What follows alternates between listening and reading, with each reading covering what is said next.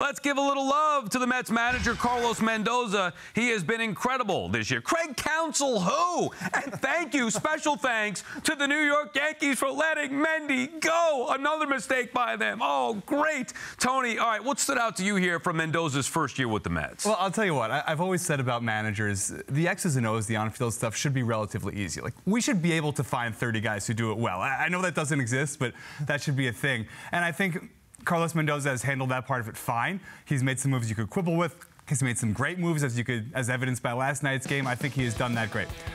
What really stands out to me is how he has handled the clubhouse. And it can be a very difficult thing walking in as a rookie manager, someone who's never done this before, into a clubhouse full of veterans with big personalities, whether it's Lindor, Nimmo, Pete Alonso, etc. And he has had great feel for when to be the authority figure as the manager and when to back off and let the players lead a little bit.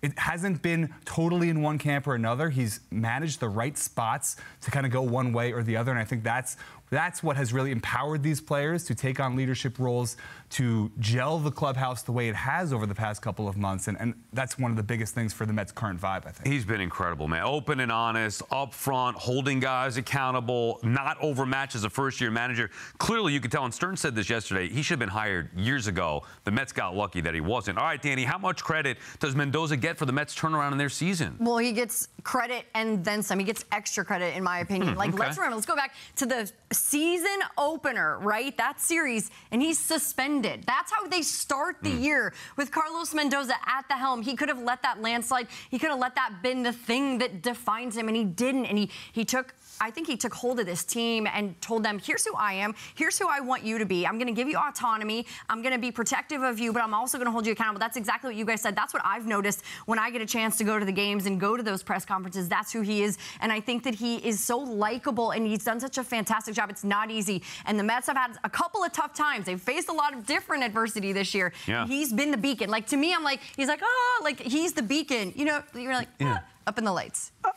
Right, okay. Sal doesn't like as long as the beacon doesn't hit us. No, but I do know what you mean.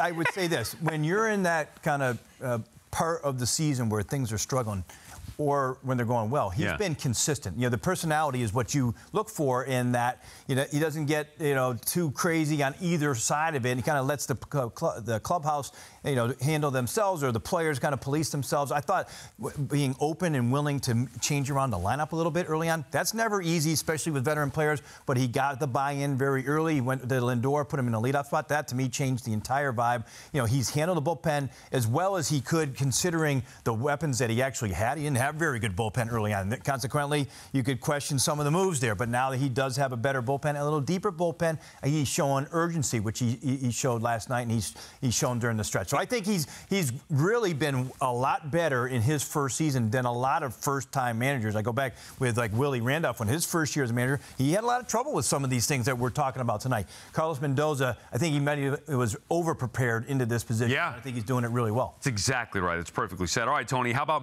Mendoza here? Has he already proven that Stern's made the right hire? To a certain extent, yeah, I would say so. We don't have even a full season body of work, so I won't go too far. But yes, and you mentioned, Sal, the other day, David Stern saying the Mets got lucky. And if he had said that at Carlos Mendoza's introductory press conference, I probably would have rolled my eyes a little bit. But given what we've seen here over the first 140 games, I think for all the reasons we just discussed, guys, it does feel like they made the right hire for this team. For this time, you can certainly envision Carlos Mendoza being here for a long time. And look, Pat Murphy of the Brewers is going to win Manager of the Year. Like it or not, that award is sort of like who people in the media think was not going to be a great team, winds up being a good team. The Brewers fit that to a T. But Carlos Mendoza is going to get a lot of second-place votes there. He's almost certainly going to finish in the top third of that award.